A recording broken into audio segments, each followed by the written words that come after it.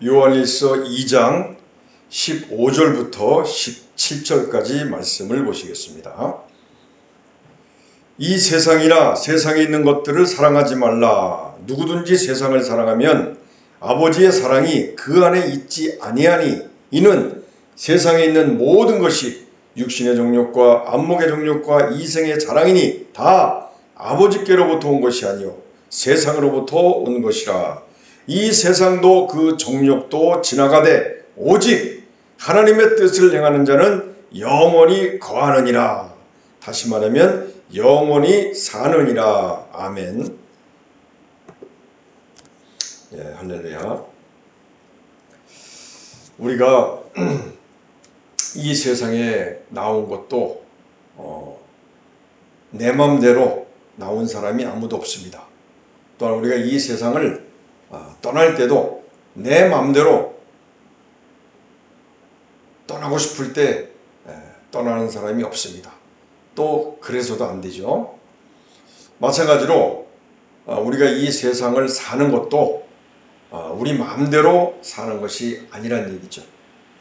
성경에서는 우리를 하나님께서 창조하신 목적이 정확하게 딱 세 가지가 있습니다. 첫 번째는 이제 에베소서 2장 10절에서 우리는 그가 만드신 바라 그리스도 예수 안에서 선한 일을 위해서 지으심을 받았다 그랬습니다. 선한 일을 위해서. 이 선한 일은 우리가 사실 선하지 않습니다. 의롭지 않다는 얘기죠. 그래서 우리가 주님을 영접하기 전에는 그러한 선한 일을 감당할 수가 없어요. 자격이 안 됩니다. 그렇지만 예수님께서 하셨던 일, 그 선하신 일, 이 땅에 오셔서 하셨던 일, 그 많은 일들을 우리에게 다 위임하고 가셨어요. 그 대신에 우리를 예수님을 영접한 자를 우리는 그 믿음으로써 의롭다고 법적으로 그렇게 칭함을 우리는 받았습니다. 이것이 바로 이제 칭의라고 그러죠. 부를 칭자에다 의로울 의자, 의롭게 부름을 받았다. 믿음으로써. 그래서 이신 칭의 그러죠.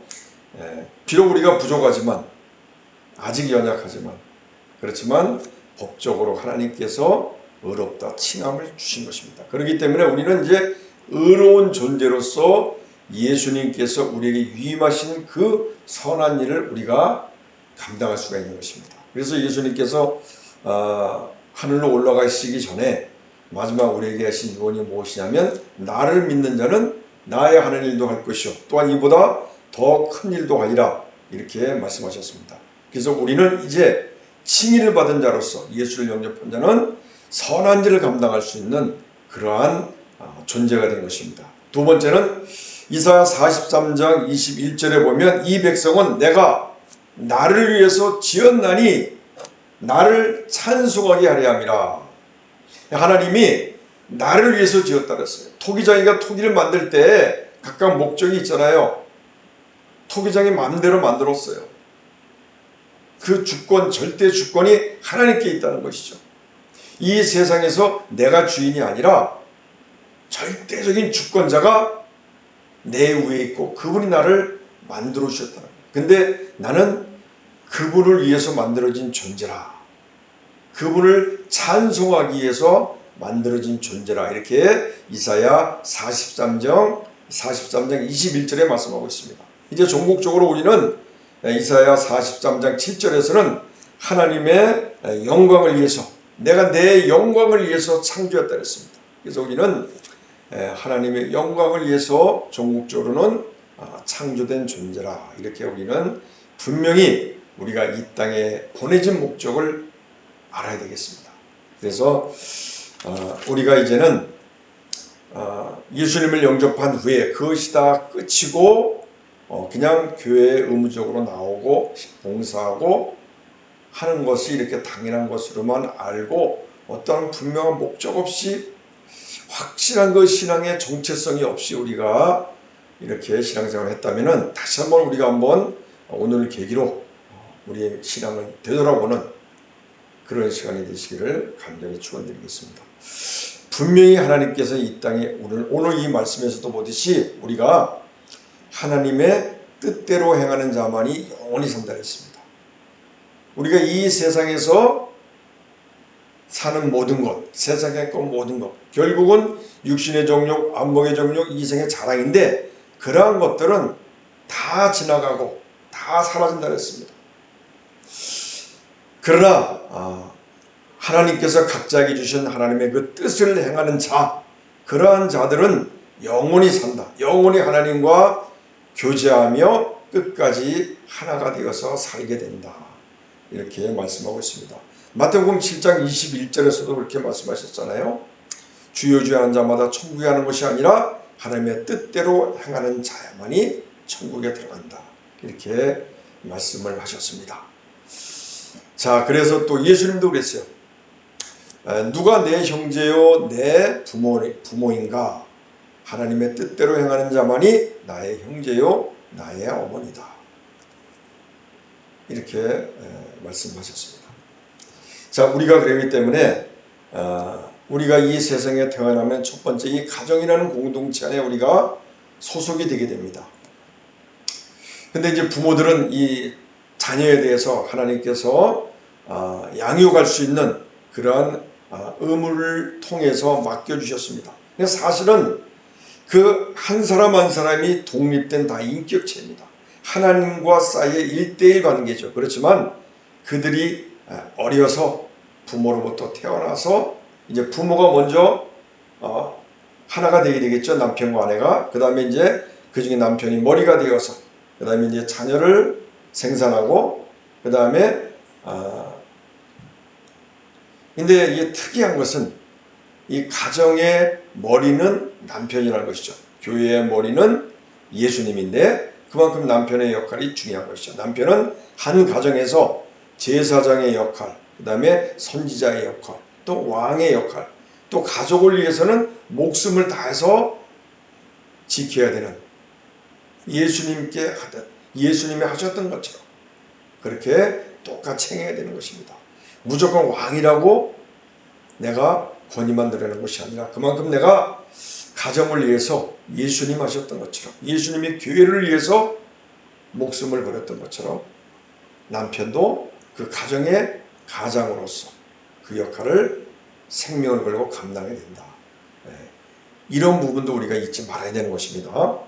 그래서 이제 남편과 아내가 한 몸이 돼서 이제 가정이라는 공동체를 형성하게 됩니다. 여기서 자녀를 생산하고 양육해서 일정한 시기에 되면 이제 사회적으로 독립을 시키죠. 육체적으로 독립을 시킵니다. 또한 마음적으로도 독립을 시킵니다.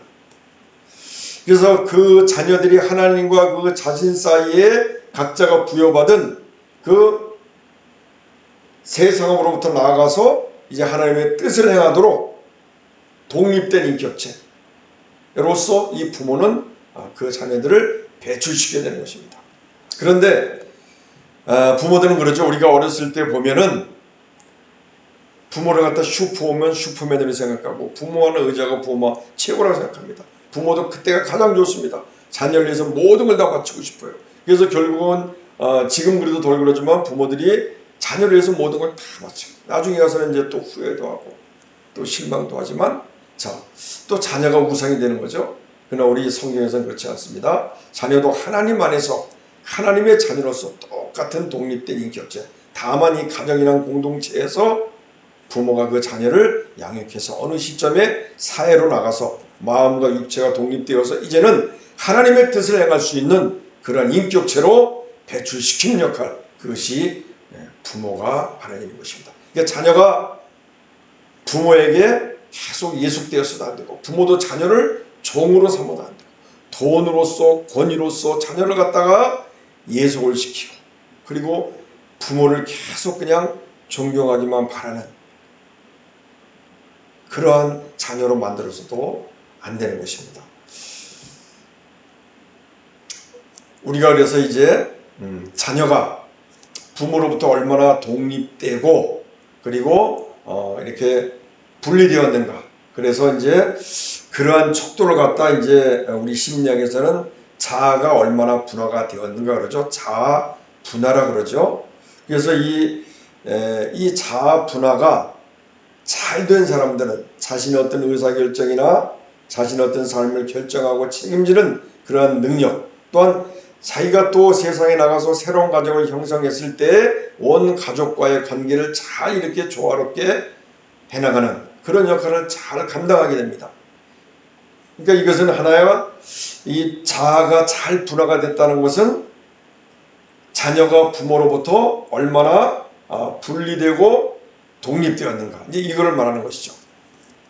이게 부모는 이제 일정한 나이가 돼서 아이가 독립될 정도 되면은 그때는 이제 부모도 자녀를 갖다가 아주 온전하게 독립이 되어질 수 있도록 도와주고, 그리고 그렇게 협조해 줘야 되는 것입니다. 항상 자녀들이 나를 부모한테 예속되고, 그리고 부모한테 늘 효도하고 충성하기 바라는 그러한 존재로 자녀를 만들어서는 안 되는 것입니다. 돈을 가지고 또 자녀를 갖다가 그렇게 막 예속을 시킨다든가 여러 가지 방법으로 하여튼 그렇게 해서는 안 되는 것입니다. 그래서 하나님의 하나의 독립된 인격적인 자녀로서 독립시켜서 그 자아를 분화시켜서 세상에 나가서 하나님의 뜻을 발견하고 그 하나님의 뜻대로 살아갈 수 있도록 활발하게 자유스럽게 만들어주는 것, 이것이 부모의 역할인 것입니다. 그러나 이게 이 자아가 분화되지 못한 사람들은요, 부모한테 늘 기대게 됩니다. 그리고 어떠한 결정을 내리도록 도와줄 사람이 옆에 있어야 되지만 없으면 항상 그런 확신이 안 되기 때문에 불안하고 초조하고, 그리고 때로는 분노하게 되고, 그리고 어떤 나의 원 부모와 또한 새로 내가 만들어진 가정과의 사이와 조화를 이루지 못하는 거죠. 그래서 이제 부작용이 생기는 것이죠. 자, 그래서 이렇게 되면은 그 자녀도 또한 부모라는 그 관계 속에서 독립되지 못했기 때문에, 그 자아가 독립되고 분화되지 못했기 때문에 하나님의 뜻을 발견하기도 어렵고, 뜻을 발견한다고 했을지라도 그 뜻을 실천하려면은 그 원 가족과의 관계 속에서 또 많은 갈등이 있고, 거기서 그걸 극복하지 못하면 오히려 하나님의 뜻을 행하지 못하는 그런 아주 엄청난 부작용이 생기게 되는 것이죠. 그래서 우리가 이 부모의 역할을 우리가 분명히 깨닫기 위해서 이런 말씀을 이제 드리게 되는 것입니다. 또 이제 교회라는 공동체도 마찬가지입니다. 성도가 영적으로 우리가 공동체 안에서 각자가 독립된 그러한 지체의 역할을 가지고 각자가 하나님의 뜻을 행해야 되는 것입니다. 교회라는 것은 우리 몸에 비유했죠. 그 몸의 머리는 예수님. 그래서 그 예수님으로부터 오는 그 모든 것을 우리가 받아서 각 지체가 이제 그걸 통해서 우리가 이제 연합하고 그 다음에 합력하고 그렇게 해서 각자의 역할을 감당하는 것입니다. 그렇기 때문에 이 교회도 이러한 영적으로 각 지체마다 그 자아를 다 분화시켜서 자기의 역할을 잘 감당할 수 있도록 그렇게 도와주고 지원해 줘야 된다, 이런 뜻인 것이죠. 그래서 이제 영적인 사고와 그 감정이 항상 균형을 이루어서 치우치지 않고, 또한 교회의 권위자도, 목사님도 또한 교회에 종속된 그런 영혼이 아니라는 사실, 어떤 목사라는 개인에 예속된 그런 영혼이 아니라는 사실을 우리가 서로가 깨닫고 각자가 한 지체로서 손이면 손, 발이면 발, 가슴이면 가슴, 배면 배, 각자의 역할을 감당할 수 있도록 그 영적 역량을 찾아내고 활성화시킬 수 있도록 우리가 교회는 서로가 그렇게 교육하고 지원하고 협조해 줘야 된다. 결국 우리는 가정이라는 공동체 안에서 소속되어 있기도 하고, 또한 교회라는 공동체 안에 소속되어 있기도 하지만, 그러나 중요한 것은 가정에서도 그렇고 또 교회에서도 그렇고 육적으로 마음적으로 독립시키고, 또한 영적으로 각자 지체에 맞도록 독립시켜서 그가 이 사회에 나가서 더 큰 곳에 가서 하나님의 뜻을 온전히 감당하는 그러한 독립된 인격체로서 모두가 잘 성장할 수 있도록 그렇게 만들어주는 공동체의 역할이 필요하다. 이것을 이제 말씀드린 것입니다. 왜냐하면 우리에게 궁극적인 목표는 하나님의 뜻대로 사는 것. 그것이기 때문에 그런 것입니다. 예, 요한 1서 2장 이제 15절에서 17절에서 보면은 이제 이 15절에서는 먼저 이 세상이나 세상에 있는 것들을 사랑하지 말라 그랬습니다. 여기에서 이 세상은 물론 이제 하나님이 창조하셨지만 하나님과 그런 원수된 세상이죠. 다시 말하면 우리가 크게 볼 때는 온 세상의 진정한 주인은 통치자는 하나님이지만 그러나 타락한 그러한 세상 사람과 그들을 통치하는 마귀에 속한 그러한 세상의 정욕들 이런 것들을 갖다가 이제 세상이라고 여기서 통치하는 것입니다. 다시 말하면 이제 타락해서 사단의 통치를 받는 그러한 세상의 세속성 이거를 말하는 것이죠. 그렇기 때문에 이 세상에 있는 것이나 이 세상이나 세상에 있는 것들을 사랑하지 말았어요. 사랑이란 또 무엇입니까? 거기에 더 몰두하고 다른 것보다 거기에 더 몰두하고 거기에 우선순위를 두는 것이 바로 사랑인 것입니다. 그렇기 때문에 우리가 세상이나 세상에 있는 것들에 더 몰두하고 거기에 우선순위를 두지 말라 이렇게 말씀하시는 것입니다.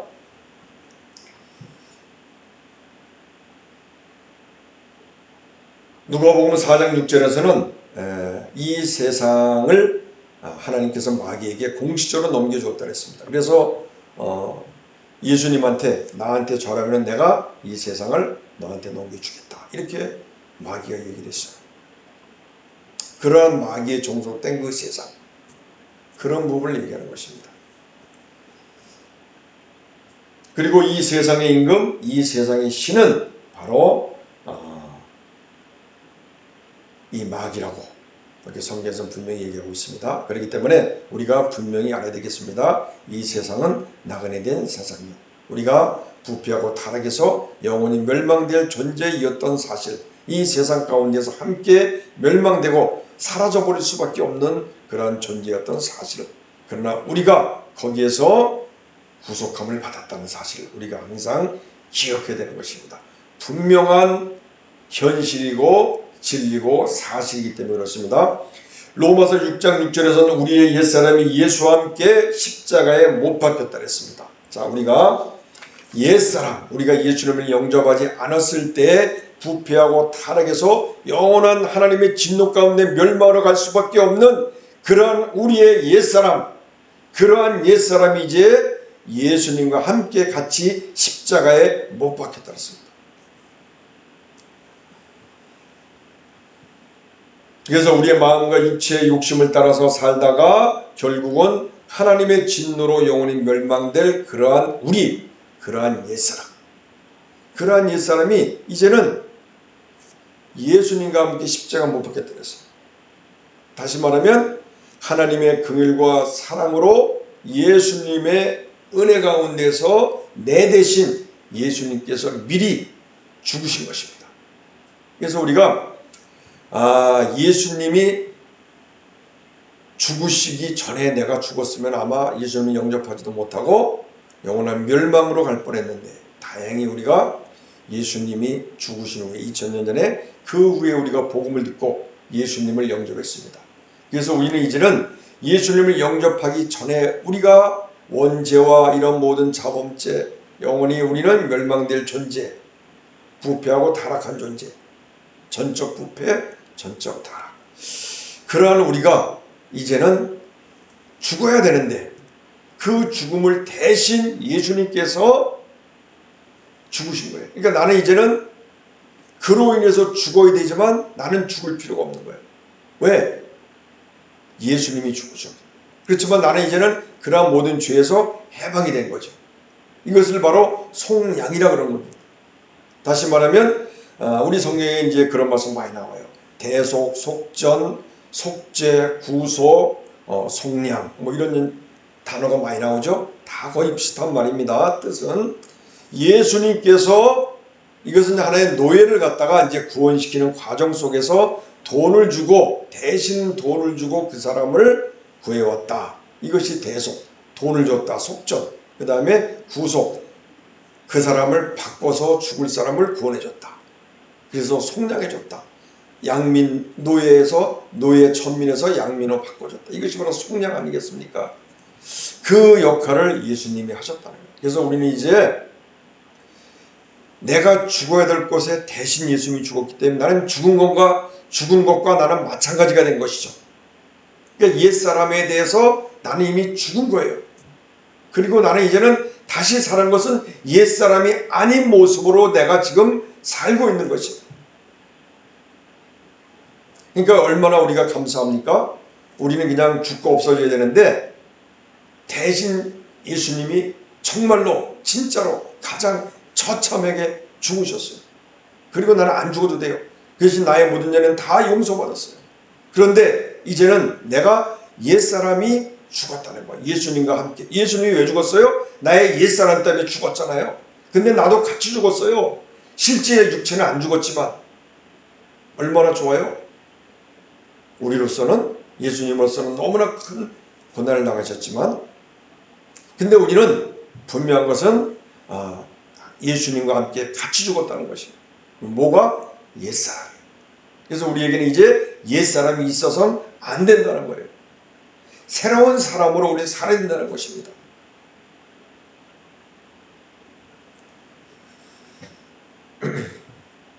그것은 이제 결국 이후로는 우리가 사람의 정욕을 따르지 않고 우리가 옛날의 모습, 예수님을 영접하기 전의 모습, 그 사람의 정욕을 따르지 않고 이제는 하나님의 뜻을 따라서 육체의 남은 때를 우리가 살게 하려 합니다.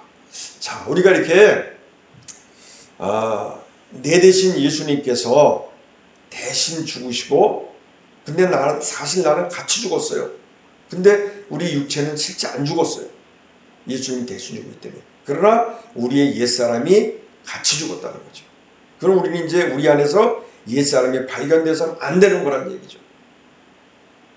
그러한 조건으로, 그러한 명분으로 법적으로 우리에게 의롭다 칭함을 줬습니다. 이것이 바로 칭의라는 것이죠. 자, 그래서 우리는 이제 남은 생애를 어떻게 살아야 되냐? 예수님을 영접한 사람들은 이제 남은 생애를 어떻게 해요? 하나님의 뜻대로 살아가고 베드로전서 4장 2절에 말씀하고 있습니다. 남은 생애를 하나님의 뜻을 따라 육체의 남은 때를 살게 하려고 함이라, 이렇게 말씀했습니다. 우리가 예수님 감사합니다, 예수님의 은혜 감사합니다, 이렇게 예수님이 살아갑니다, 예수님의 심장을 갖고 살겠습니다, 이런 마음을 하지만은 중요한 것은 이제 우리는 남은 때를 하나님의 뜻대로 살아가야 되는 그러한 위치에 있다는 사실을 우리가 알아야 되는 것입니다. 갈라디아서 5장 24절에서는 그리스도 예수의 사람들은 육체와 함께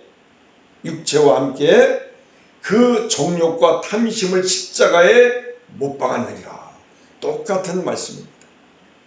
다시 말하면 여기서 육체란 것은 이제 소마, 우리 죄성의 인간, sinful man, 죄성이 있는 그러한 사람.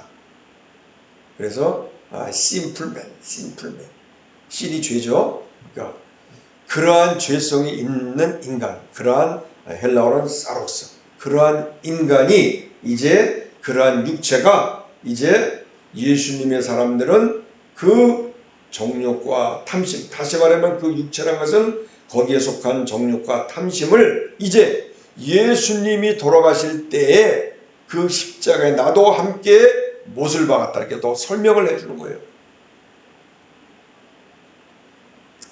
우리가 예수님과 함께 죽었다는 얘기는 예수님은 실제 죽으셨지만 나는 안 죽었잖아요. 그렇지만 우리의 육체, 우리의 죄성의 인간, 다시 말하면 그 정욕과 탐심, 그 탐심을 십자가에 같이 못을 박았다. 그럼 어떻게 되는 거예요? 죽은 거죠.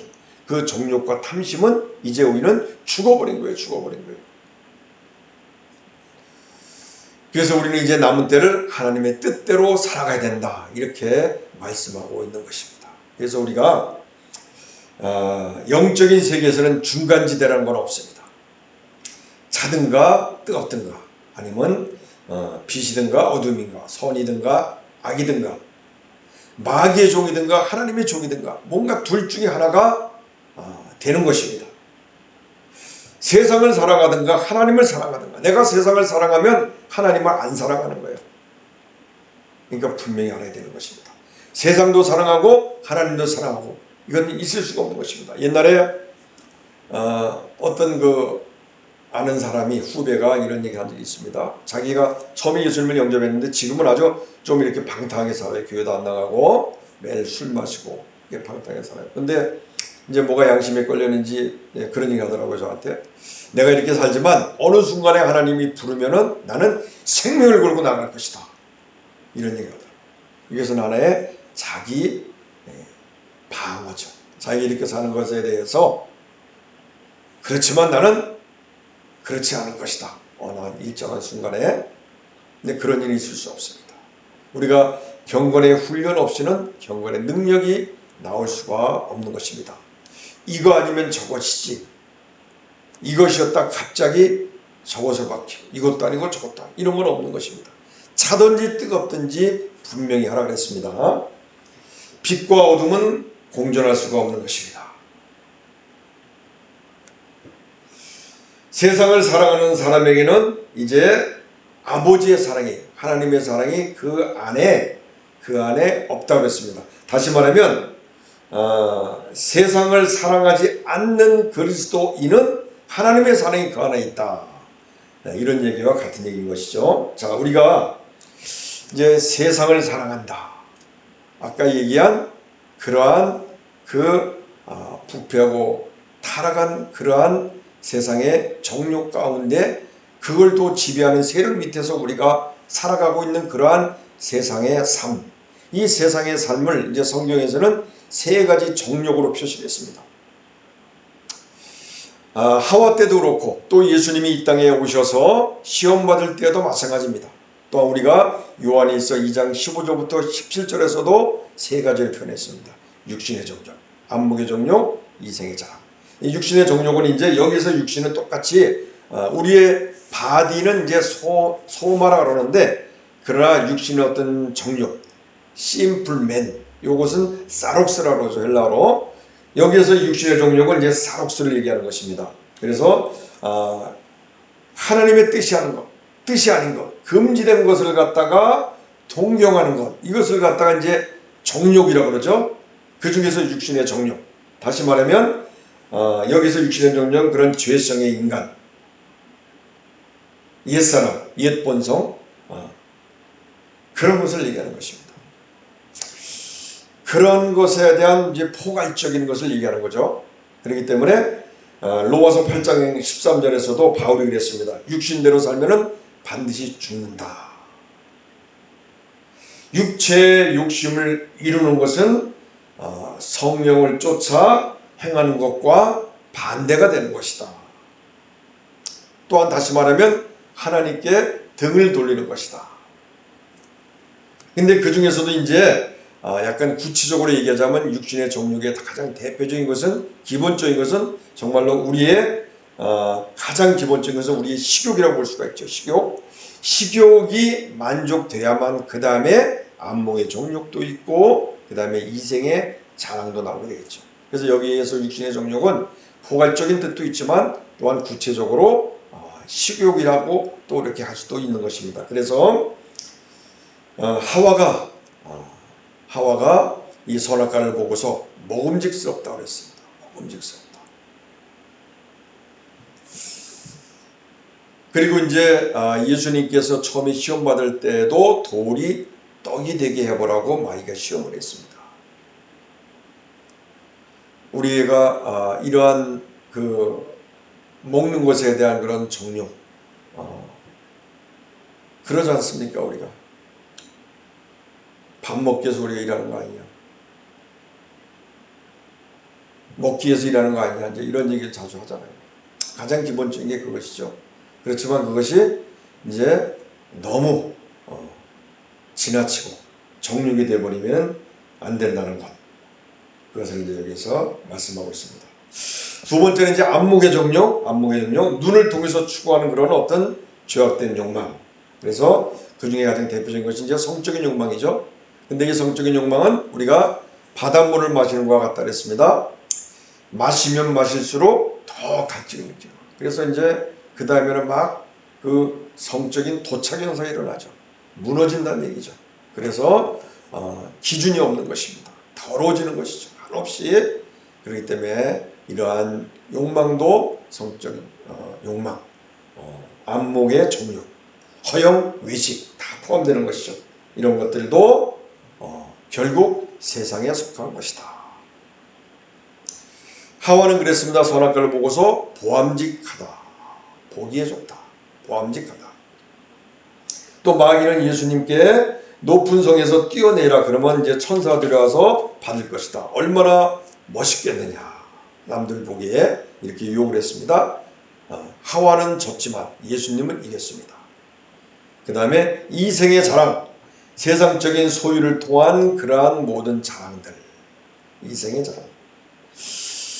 자신이 추구하는 그런 모든 가치를 이러한 세상의 것으로다가 삼는 것. 그러니까 이 모든 세상에서의 실패와 성공을 좌우하는 것으로 이런 가치를 기준으로 삼는 것. 이런 것들이죠. 근데 사실은 하나님과 관계없는 그러한 삶인 것입니다. 그래서 예수님은 요한복음 10장 10절에서 이 땅에 오신 목적을 양으로 생명을 얻되 풍성히 얻게 하려고 한다. 이렇게 말씀하셨습니다. 예수님을 영접하는 것은 이제 우리가 우리 안에 하나님의 생명, 헬라어로는 조에라 그러죠. 하나님의 생명, 하나님의 생명이 우리 안에 있다는 것이죠. 그래서 이제부터는 우리가 이 생에서의 삶에서 하나님과 교통하고 교제하는 삶으로 이제는 우리는 바뀌어진 것입니다. 그렇기 때문에 이 생에서는 인간적인 생명이었지만 이제는 우리가 하나님의 생명, 하나님이 주신 생명으로 살아가는 것이기 때문에 이제는 그 안에서 하나님과 교제하며 하나님의 뜻대로 살아가는 삶으로 실제적으로 바뀌었다는 사실인 것입니다. 그래서 우리 영이 새로운 피조물이 된 것이에요. 그래서 우리 예수 믿는 사람들은 무당들이 보면은, 귀신 들린 무당이 보면은 다 알아봅니다. 귀신 들린 사람이 예수님도 알아봤고 바울도 알아봤잖아요. 지금도 마찬가지입니다. 전 그런 걸 봤습니다. 예수 믿는 사람들한테는 점괘가 안 나온다고 돌려보내는 걸 봤어요. 이렇게 우리의 영이 변화가 되었다는 사실, 하나님의 생명이 우리 가운데 돌아왔다는 사실을 우리는 절대로 잊어버려서는 안 되는 것입니다. 그래서 바울은 뭐라 하냐면 이 세상 사람들의 모든 자랑거리를 다 배설물로 여긴다. 이렇게 바울은 말했습니다. 오직 자랑할 것은 그리스도 예수밖에 없다. 이렇게 말씀했습니다. 하와는 그러나 지혜롭게 할 만큼 탐스럽다. 선악과를 보고서 이 세상에서 완전하게 되고 아름답게 되고 모든 것이 형통하게 될 것이다라. 이렇게 선악과를 보고서 세상에서 완전한 자가 되어서 헛된 자랑이나 교만의 꿈을 꾸며 살아갈 것이다. 이런 이제 꿈을 꾼 것이죠. 또 마귀도 예수님한테 시험할 때 천하만물을 보여주면서 내게 하나님께 받은 이 나의 이 권위와 영광을 예수한테 줄 테니까 나한테 절하라. 이렇게 얘기했습니다. 하와는 넘어갔지만 예수님은 안 넘어갔습니다. 이겼습니다. 그리고 지금 우리에게 요한일서 2장 15절부터 17절까지 말씀하고 있습니다. 이 세상과 또한 이 세상에 속한 모든 것은 결국 육신의 정욕이고 안목의 정욕이고 이생의 자랑일 뿐이다. 그러나 이런 것들은 다 지나가 버린다. 오직 영원히 남는 것은 하나님의 뜻대로 사는 삶밖에 없다. 이렇게 말씀하고 있는 것입니다. 이 세상에서의 모든 것은 결국 영원한 것은 아무것도 없다. 이제 그렇게 말씀하고 있습니다. 우리가 인생무상이라는 말 쓰죠. 이것도 마찬가지입니다. 상자가 항상 상자죠. 우리의 인생은 항상 있는 것이 아니다. 항상 똑같은 게 이렇게 있는 것이 아니다. 우리가 어렸을 때 우리 자녀들이 얼마나 귀엽고 이쁩니까?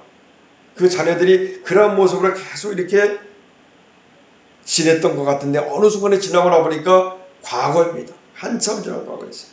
그리운 과거였죠. 그러한 좋은 때도 영원하지 못하다는 것이죠.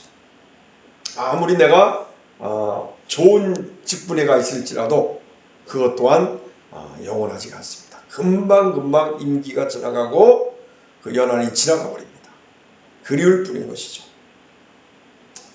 우리가 맨날 지금 TV에서 오르내는 많은 연예인들, 정치인들 지금은 매일 봐서 영원히 안 잊을 것 같지만 몇 년 지나버리면 기억도 안 납니다. 그런 사람이 있었는가? 이름도 기억도 안 나죠. 거의 다 그렇다는 것이죠.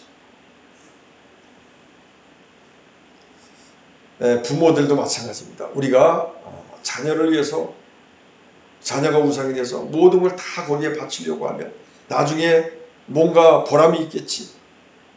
자녀들이 나를 우습게 보지 않겠지. 그런데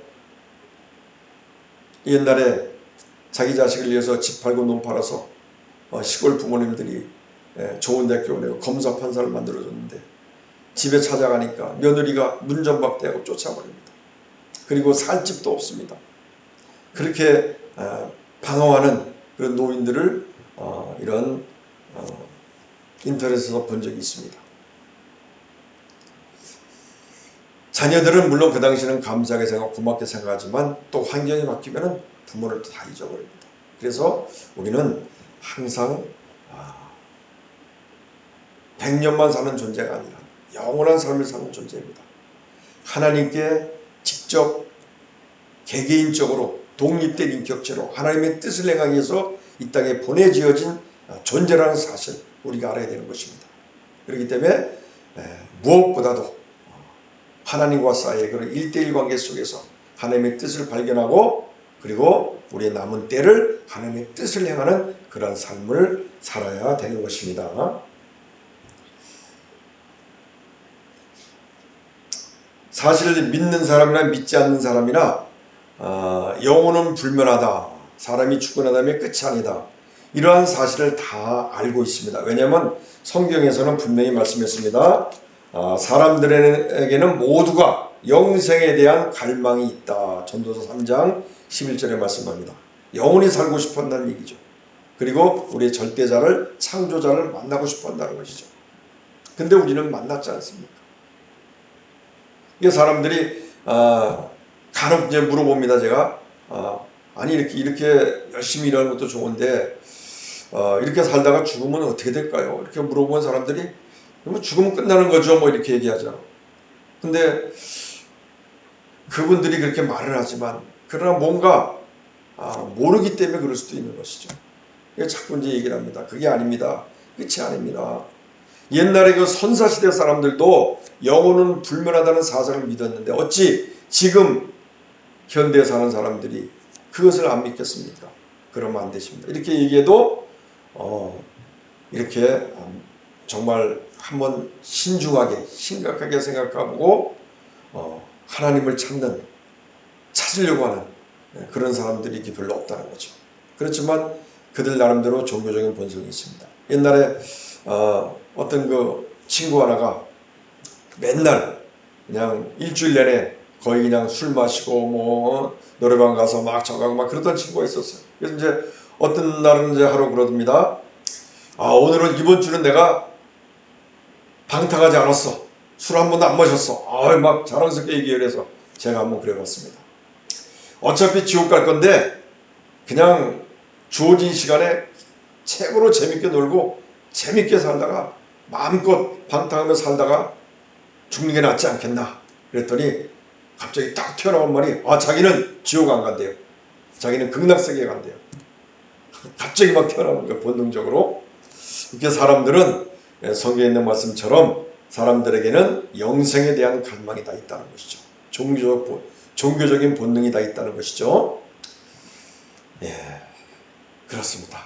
근데 우리는 그 진리를 알았습니다. 알았기 때문에 우리는 이제 남은 때를 하나님의 뜻대로 살라고 하신 그 말씀에 따라서 우리도 남은 때를 그렇게 살아야 되는 것입니다. 그래서 이제 2장 17절에서는 이 세상도 정욕도 모두 지나가되 오직 하나님의 뜻을 행하는 자만이 영원히 산다, 영원히 거한다, 이렇게 말씀하고 있습니다. 이 말은 다시 말하면 하늘의 보좌에 영원히 살게 된다. 영원히 예수님이 거하시는 그 하늘 보좌에서 영원히 함께 같이 살게 된다. 이런 것을 말씀하고 있습니다. 그러나 세상과 교제하고 세상의 것을 취하기 위해서 갈망하고 자랑하며 땅의 것을 바라보며 그렇게 사는 사람들은 결국 하나님의 기억에서 사라져버리고 그들이 어떠한 명예와 부와 권력을 이루었다 할지라도 하나님의 기억에서 다 사라져버린 것입니다. 그리고 영원한 멸망의 세계로 들어갈 수밖에 없다는 것입니다. 자, 그럼 이제 우리가 하나님의 뜻을 행하는 자, 하나님의 뜻대로 사는 자, 이것을 말씀하고 있는데 이것을 우리가 한번 생각해 보겠습니다. 성경에서는 하나님의 뜻이라고 하면은 이제 우리 한국말로는 하나님의 뜻이지만 헬라어로는 두 가지로 나눠집니다. 첫 번째가 불례. 이것은 이제 하나님의 절대적인 뜻입니다. 다시 말하면 우리에 의해서, 사람에 의해서 하나님께서 변하지 않는 하나님의 절대적인 주권적인 것, 그런 것을 얘기하는 것이죠. 하나님이 창조하고 그 다음에 예수님을 통해서 구속사역을 하고 나중에 또한 다시 예수님이 오시고 그리고 여러 가지 구속의 타임라인이 쭉 있잖아요. 그러한 모든 과정들, 그런 것은 절대로 변하지 않는 것입니다. 하나님의 절대적인 주권인 것입니다. 하나님께서 정하시고 우리 인간에게 방해받지 않고 하나님께서 온전히 이루시는 그러한 뜻, 다시 말하면 하나님의 섭리를 얘기하는 거죠. 섭리. 이러한 뜻이 있고 또 한 가지는 이제 오늘 이 요한일서 2장 17절에 있는 하나님의 뜻, 이것은 이제 델레마라 해서 영어로는 will, 아까는 불레는 purpose, 목적이라죠. 하나님의 절대적인 뜻. 지금 요거는 델레마, will, 그러니까 의지죠. 요건 뭐냐면 우리에게 그 하나님의 뜻을 이루기 위해서 행하라고 하시는 그 하나님의 그러한 뜻, 우리의 어떤 우리를 향한 그런 하나님의 소원적인 그러한 뜻, 이거를 얘기하는 것입니다. 그러니까 하나님의 절대적인 주권적인 뜻은 우리가 어떻게 간섭할 필요도 없고 거기에 대해서 우리가 사실 어떻게 보면 신경 쓸 필요 없어요. 성경에 있는 대로 그대로 이루어지는 것이니까. 구약에서 예수님이 오신다 그랬는데 분명히 오셨잖아요. 또 오신다 그랬는데 또 분명히 오실 거잖아요. 이렇게 믿으면 되는 것입니다. 중요한 것은 우리에게 이루어달라고 하는 하나님의 그런 소원의 뜻, 딜레마, 이것이 바로 요한일서 2장 17절에 있는 하나님의 뜻인 것입니다. 하나님의 뜻대로 사는 자는 영원히 산다. 이 말씀에서 하나님의 뜻인 것입니다. 자, 그래서 이제 이것은 이제 쉽게 얘기하면 우리 자녀에게 이렇게 얘기합니다. 너가 이번에 대학을 들어가면 내가 컴퓨터를 사줄게. 이렇게 아빠가 얘기할 수가 있겠죠. 그러면 이제 그 자녀가 열심히 공부해서 그 자유의 의지를 가지고서 열심히 공부해서 그가 그거를 이루면은 받는 거죠. 그러나 받기 싫거나 또한 게을러서 열심히 해서 합격하지 못하면 못 받겠죠. 그 아버지의 뜻은 이건데 그 객체가 그것을 어떻게 이루느냐에 따라서 그 결과는 달라지는 것입니다. 바로 우리에게 그러한 하나님의 주신 뜻이 성경에 많이 있습니다. 자, 그 하나님의 뜻을 따라서 먼저 그 뜻을 이루어진 그 우리 믿음의 선조들을 보겠습니다. 먼저 예수님은 하나님의 뜻을 이루기 위해서 이 땅에 오셨다고 했습니다. 그래서 그 하나님의 뜻을 이루었어요. 그것이 무엇이냐? 오로지 나를 위해서, 우리 인류를 위해서 대신 속량하시는, 속전이 돼서 우리를 속량시켜 주는 것. 이것이 바로 하나님께서 예수님을 향한 하나님의 뜻이었습니다. 근데 예수님은 그거를 이루셨습니다. 물론 이제 돌아가시기 전에 너무 힘들 것 같으니까 이 자를 내게서 피해 주시면 안 되겠습니까? 이렇게 하나님께 기도했지만, 그러나 내 뜻대로 마옵시고 하나님의 뜻대로 없어서 그리고 하나님의 뜻에 순종하셨습니다. 지금 우리도 마찬가지입니다. 우리가 늘 주님 앞에 기도하고 예배드리고 이렇게 막 하나님의 뜻대로 살겠습니다. 이렇게 막 순종하겠습니다. 하지만은 어떠한 이해관계 속에서 내가 여기를 택하면 좋을 것 같아요. 많이 수익이 나올 것 같아요. 근데 보니까 하나님의 뜻이 아닌 것 같아요. 근데 내가 이것만 조금 그냥 한번 하나님 눈 감아주면 내가 엄청난 도움이 될 것 같아요. 그때 그러면 하나님을 도외시하고 그렇게 할 수도 있다는 거죠. 그러나 지금 내가 손해볼지라도 하나님의 뜻이 아닌 것 같아. 은혜롭지 않은 것 같아. 방법이 그러면 내가 포기할 수 있는 것. 이게 하나님의 뜻대로 사는 삶인 것입니다. 손해가 되고 모욕을 당하고 또한 고통을 당하고 어려움을 당하고 또한 억울함을 당할지라도 하나님의 뜻이 아니면은 내가 행하지 않는 것.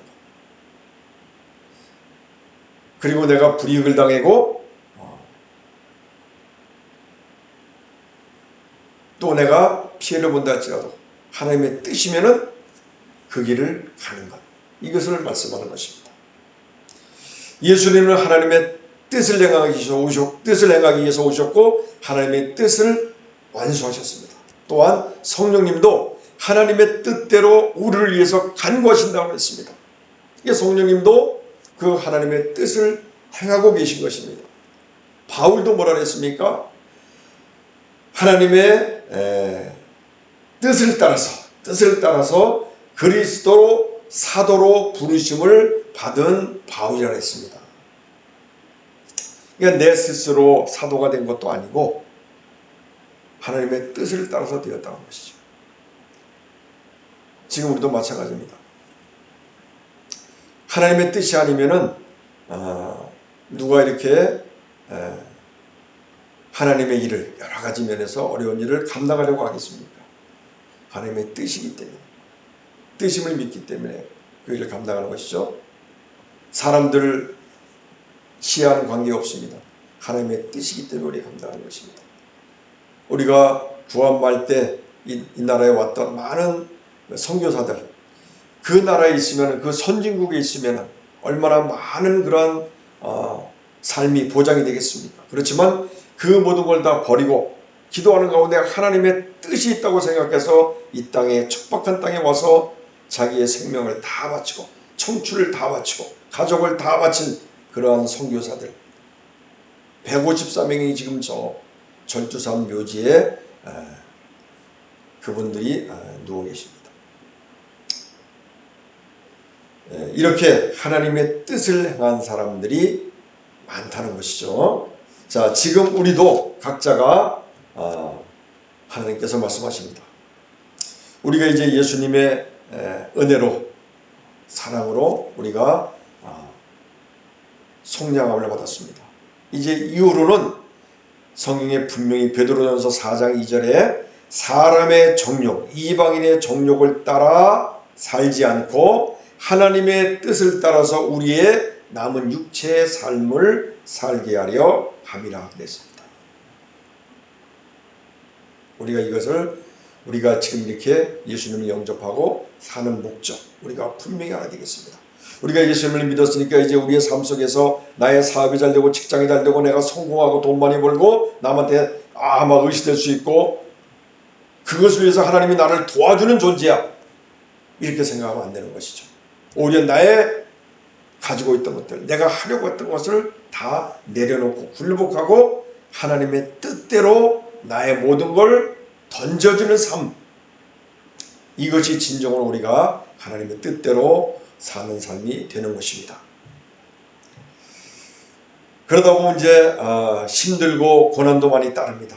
절제해야 되고 긍휼을 베풀어야 되고 인내해야 되고 또 주변 사람들하고 화평해야 되고 온유해야 되고 거룩해야 되고 항상 기뻐해야 되고 또 하나님께 충성해야 되고 자비를 베풀어야 되고 그렇지만 하나님의 뜻대로 받는 고난 선을 행함으로 받는 이 고난은 우리가 인내하면서 늘 하나님을 의지하며 나아갈 때 이제는 하나님께서 그 모든 것을 아시고 감당하시고 책임져 주시고 인도하여 주시는 것입니다. 그래서 이제 하나님의 뜻을 행한 후에 우리가 약속하신 것을 받기 위해서 우리가 그렇게 한다고 성경에 말씀하고 있는 것입니다. 그래서 우리에겐 영원한 삶이 보장이 되어 있는 것입니다. 이제 우리에게 각자에 주어진 달란트와 그 사명, 하나님의 뜻을 우리가 나중에 주님 앞에 섰을 때 분명히 물을 것입니다. 그것이 가장 지금 두려운 것이죠. 내가 지금 이렇게 해도 되는 건가? 이 정도로 해서 되는 건가? 여기에 몰려서 되는 건가? 안 이래서 되는 건가? 그 심판대가 두렵기 때문에 우리는 항상 지금 내가 더 분발하고 그리고 더 깨어 있어야 된다고 항상 경각심을 갖게 되는 것입니다. 그래서 우리가 두렵고 떨리는 마음으로 구원을 이루는 것이 바로 그것인 것입니다. 각자 이제 나를 향한 하나님의 뜻이 무엇인지를 발견하고 그것의 모든 것을 우리가 올인하고 그것의 모든 것을 내려놓고 신발을 벗고 그 다음에 굴복하는 그러한 삶. 먼저 그 나라와 그 의를 구하면 이 모든 것을 너에게 더하시려고 하신 그 하나님의 말씀에 따라서 나머지는 하나님께서 채워주시라고 믿고 우리는 온전히 하나님의 뜻에 굴복하고 던져버리는 일밖에 없는 것입니다. 들에 있는 백합화도 아무 걱정 없이 하나님께서 다 이렇게 예쁘게 키우시지 않습니까? 하늘에 나는 새도 알아서 다 이렇게 살도록 그렇게 하나님께서 책임져 주십니다. 하물며 하나님이 택한 하나님의 백성들 하나님께서 다 책임져 주신다고 말씀하고 계십니다. 내 뜻대로 살다가 내가 너무 멀리 가서 돌아올 기회를 놓쳐버릴 수도 있습니다. 그래서 최근에 보니까 이제 어떤 목사님의 자녀가 아들인데 여러 가지 죄 가운데 살다가 하나님 앞에 돌아오지 못하고 스스로 죽었다는 기사를 본 적이 있습니다.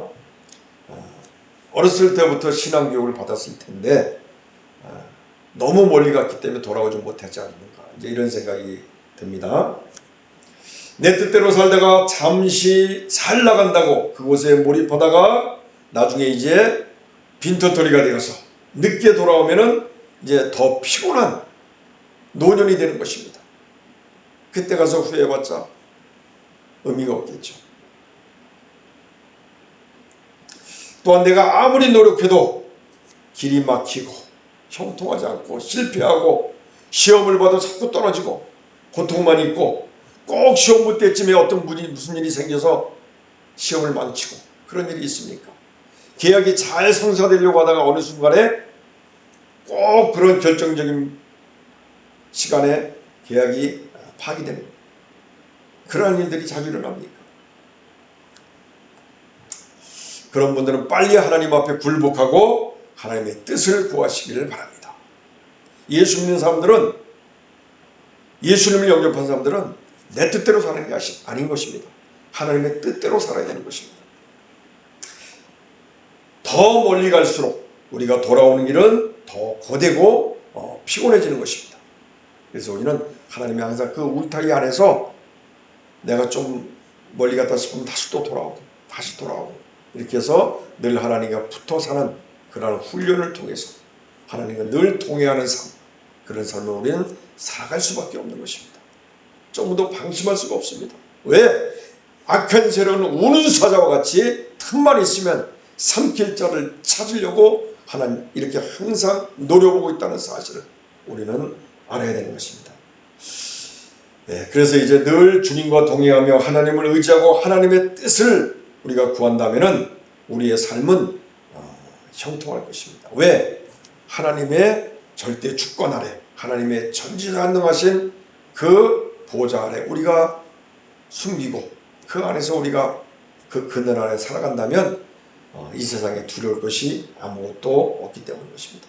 어떻게 보면 막 내가 속박되는 것이 아니라 더 자유가 없는 것이 아니라 그것은 내가 내 마음속에 이미 정욕이 있기 때문에 아직 버리지 못한 옛사람이 있기 때문에 내 안에 어둠이 있기 때문에 자꾸 빛으로 들어오려고 하는 것이 자꾸 부담스럽고 힘든 것입니다.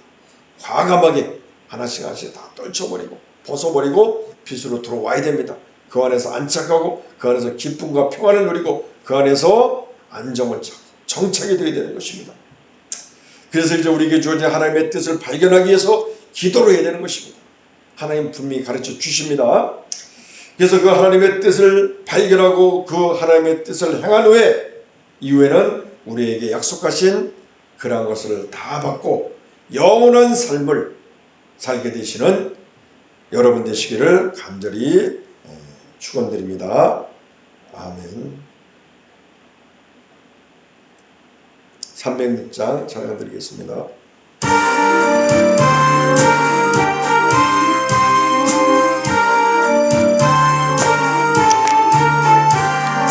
죽을 죄인 살려주신 그 신은혜 놀라워라.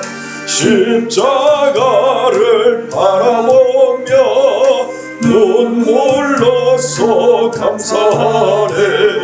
감당 못할 그 신은혜 무엇으로 보답할까. 힘을 다해 봉사하고 생명 다해 충성하리.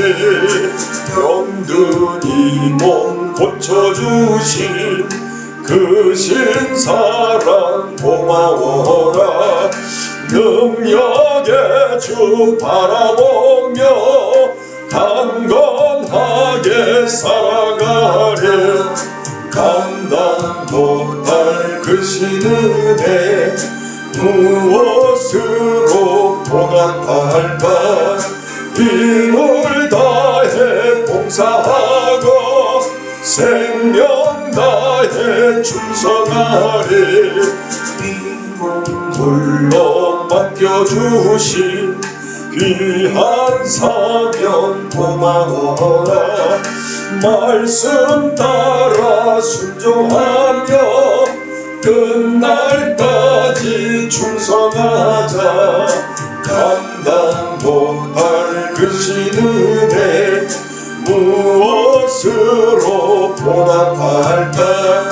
힘을 다해 봉사하고 생명 다해 충성하리. 하나님의 자녀 삼은 그 신은혜 고마워라.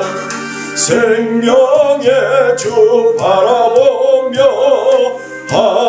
하늘나라 들어가리.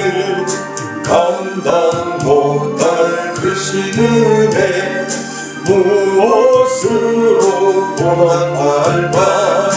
힘을 다해 봉사하고 생명 다해 충성